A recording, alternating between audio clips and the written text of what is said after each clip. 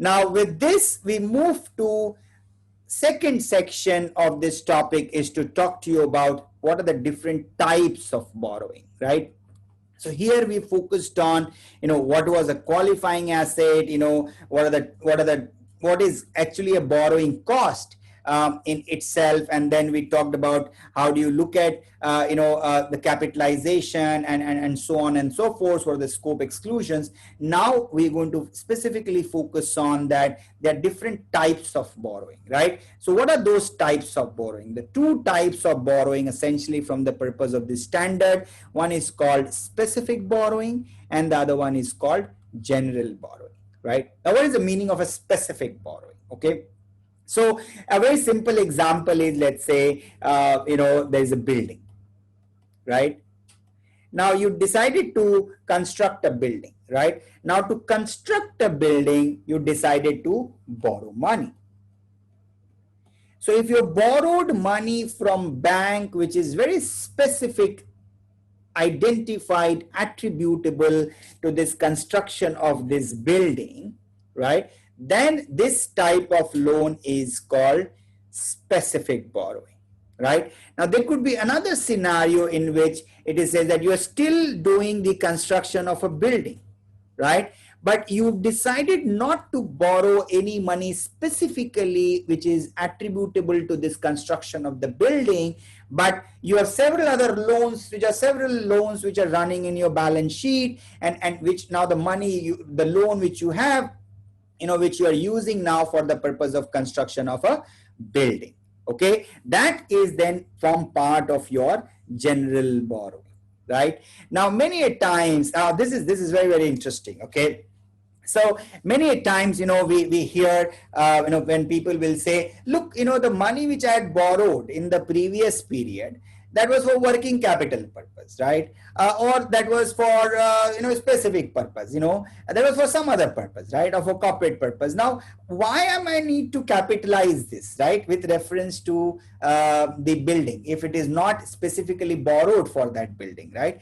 And that's where the whole concept comes in, is to say that money is fungible. Money is fungible. Now that's a very, very important thing which you need to remember, which is what we call as money is fungible. What does this mean, right? Money is fungible means what? Means that money which is in your left pocket or right pocket, it doesn't matter.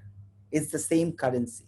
It's the same cash which is sitting with you, right? Now, the standard simply suggests that if you are building a qualifying asset and if you have an interest cost, then the interest cost which is attributable to that qualifying asset is eligible for capitalization. In other words, if you were not incurring cost in relation to this construction, you could have actually saved interest by repaying this loan, right? Because so you decided not to borrow more money, right? Now, if you decided not to borrow more money, that means, and you're doing this construction of a fixed asset, right? New asset. What does this mean? That you actually have funds, which you can actually deploy to start building a new asset, and you decided not to borrow a new money, right? But end of the day, it is still money, right?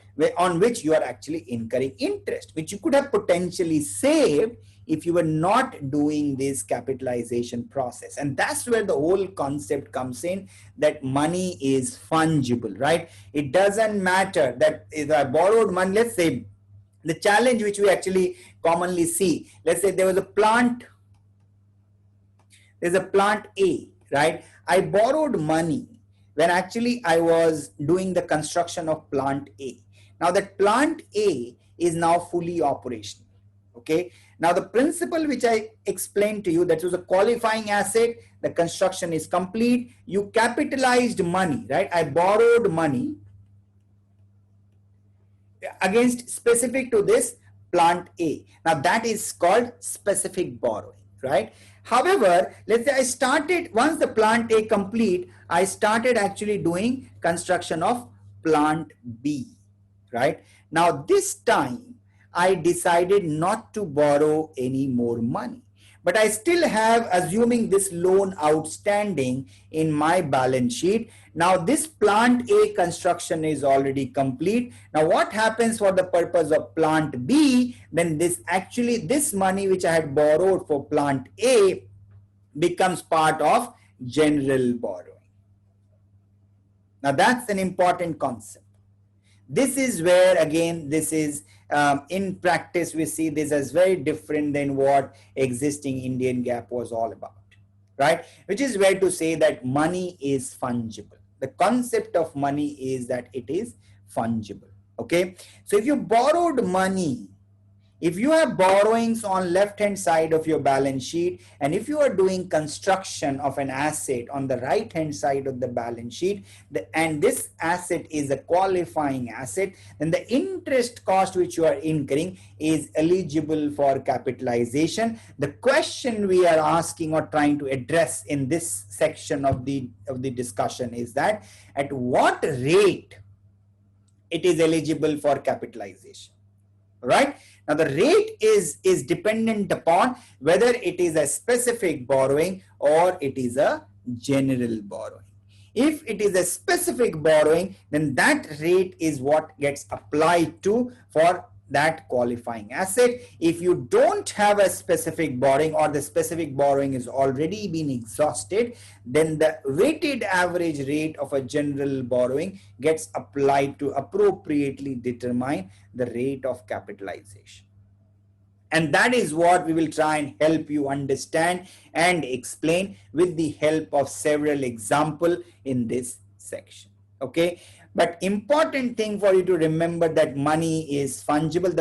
Just because I have borrowed money which was attributed to a specific asset, now once that asset has been completed, that money, if continues to be outstanding, it actually becomes part of my general borrowing pool.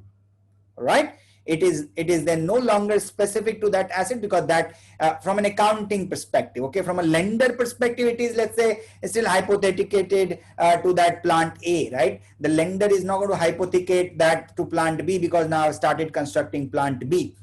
From a lender perspective, it may continue, but from an accounting perspective, that loan actually now becomes part of the general borrowing pool, from that perspective, right? So borrowing costs that are directly attributable to the acquisition, construction, or production of a qualifying asset are included. So that is what is called specific borrowing. So I am building a plant A, right? And I borrowed money from the bank against the construction of this plant A. That is what is called specific borrowing. Okay, that is what is being called specific borrowing. Now, so what is what is the other element of the specific borrowing, right? The amount capitalized should be the actual borrowing cost, net of any income earned on the temporary investment of those borrowings. All right. The amount capitalized should be the actual borrowing cost, net of any income earned on the temporary investment of those borrowings. All right. So if you have deployed the surplus fund during this period, whatever you earned out of that deployment, that is to be adjusted in the case of specific borrowing. This issue is not relevant from general borrowing, because the general borrowing you only capitalize with reference to the amount which is spent, and we will try and help you understand this with the help of few examples. So I'm now going to look at this example. All right. So and determine the borrowing cost. So Success Limited is undertaking development of a property on April 1, 2019. All right. The cost of the development will be INR 30 lakh and is expected to be completed in 5 years. Okay, 5 years. The project is financed through a term loan of INR 30 lakhs from a financial institution, which has an effective interest rate of 6%. What rate of interest I'm borrowing this? 6%. The loan is fully drawn on March 31st, 2019. Okay, so I've already taken this loan. So essentially, this loan is outstanding as of April 1, 2019.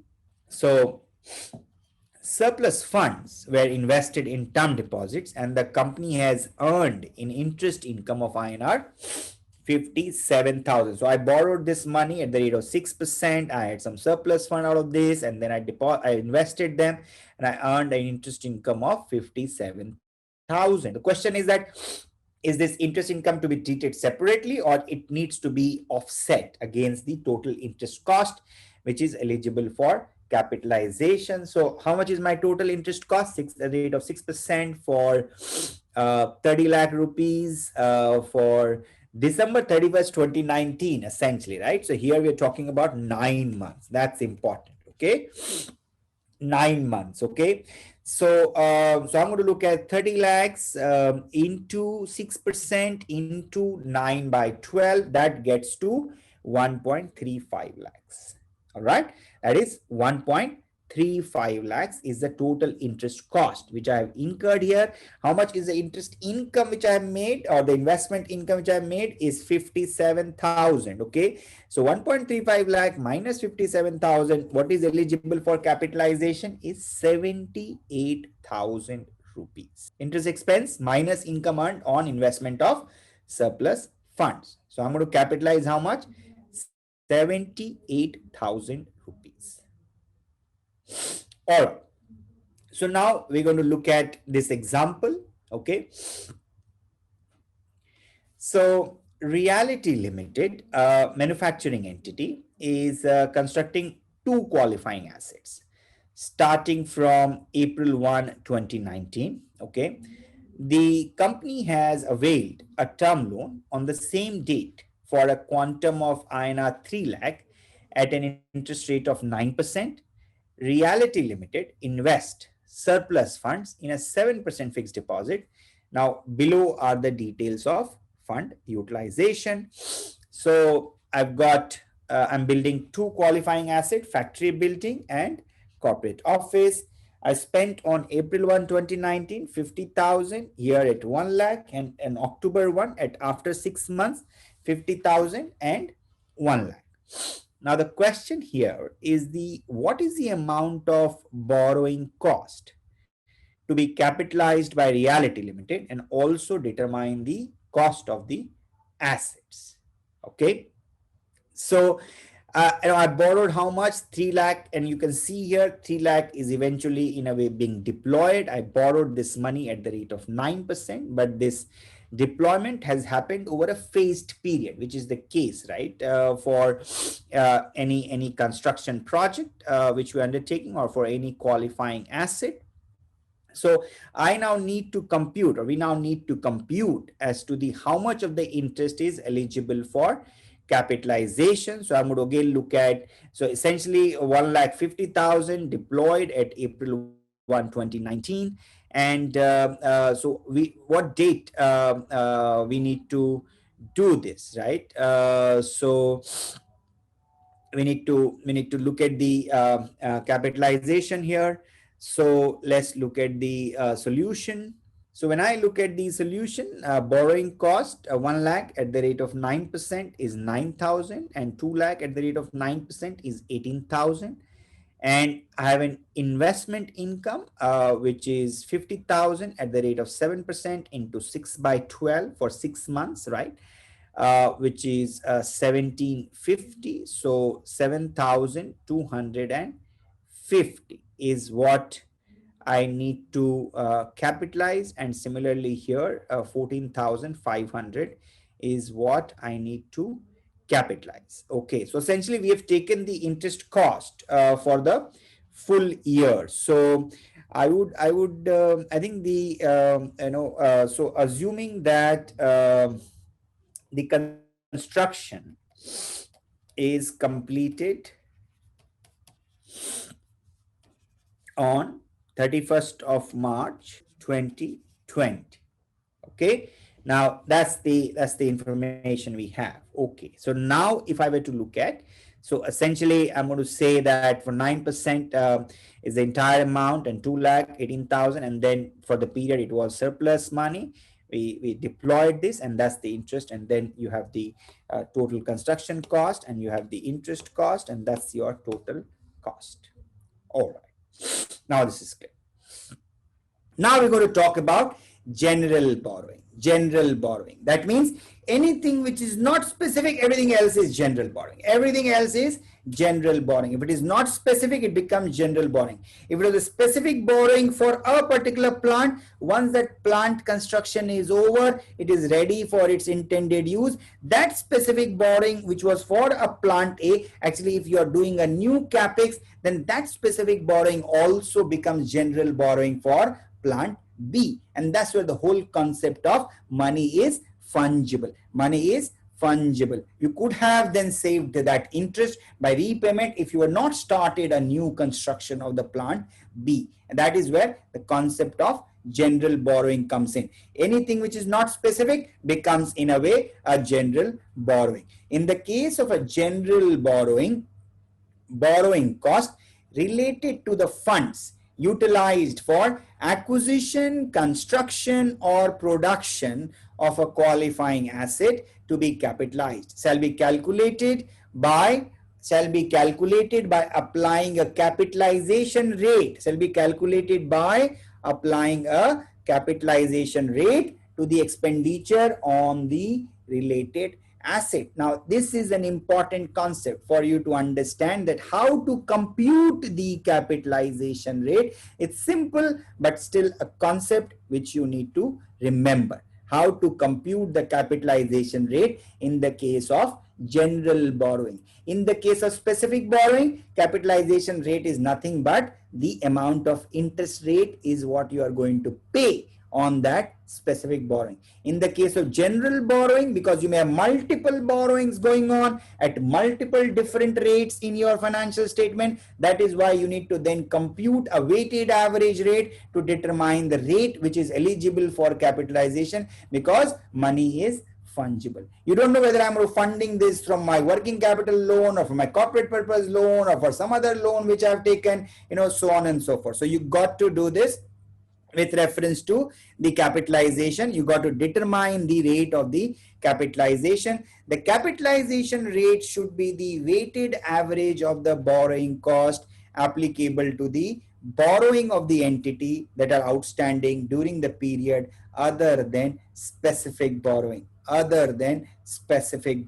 you got to look at every other borrowing, every other interest cost which is out there, and then determine your capitalization rate. So how do you want to calculate this? We're going to try and help you understand this with help of few examples as well, right?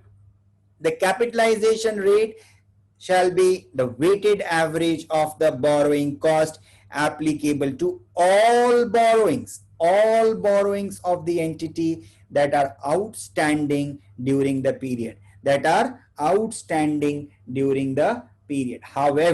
However, an entity shall exclude from this calculation borrowing cost applicable to borrowings made specifically for the purpose of obtaining a qualifying asset until substantially all the activities necessary to prepare that asset for its intended use or sale are complete. So if you're already having a qualifying asset which is under construction, for which you have borrowed money, you don't need to, because that is anyway getting capitalized as part of that qualifying asset, right?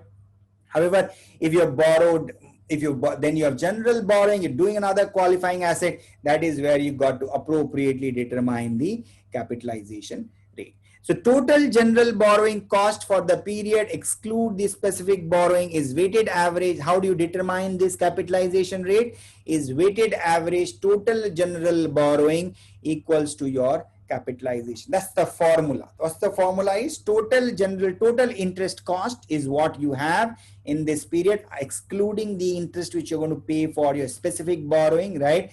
And then you're going to divide this with total outstanding weighted average of total general borrowing, because, so it's a weighted average total general borrowing excluding the specific borrowing. That will give you your capitalization rate. And let's just try and do this with help of few examples. All right. So here in this example, you have an entity which has three sources of borrowing in the period. Three sources of borrowing in the period. All the borrowings are used to finance the production of qualifying asset, right? So my outstanding liability is 60 lakhs. Here it is 1 crore. Here it is 40 lakhs, right? And my interest cost is 8 lakhs, 6 lakhs, and 5 lakhs. See, the different amount, different rate of interest is applicable, right? Different rate of interest. And that is why it is important for you to determine the capitalization rate, right? Calculate the appropriate capitalization rate. So how are you going to compute this? You're going to first look at the total interest. You're going to look at my total liability, and then you will be able to determine your appropriate capitalization rate, which is my total interest, it is my liability, and then that is become your 9.5%. Okay. Now, if there is a possibility that some liability gets repaid during the period, right? If the liability gets repaid during the period, and that's where, if I go back to the formula, right, we were saying that you got to look at weighted average. This only becomes relevant if you have repaid, and we're going to talk about this. So as at March 31st, 2020, the below mentioned loans were outstanding in the books of Wood Limited. All right. 18% secured loan, 1 crore, and April 1, 2019. And the March 21st, 2020, the same thing is outstanding, and 16% term loan, 3 crore, and it's been outstanding. Okay. Wood Limited has started the construction of qualifying asset on April 1, 2019, utilizing the above mentioned borrowings. Following drawdown has been made. April 1, 2019 is INR 50 lakhs. January 1, 2020 is INR 2.5 crores. Okay. So now the important thing here is that these are not specific borrowings. We don't have that information.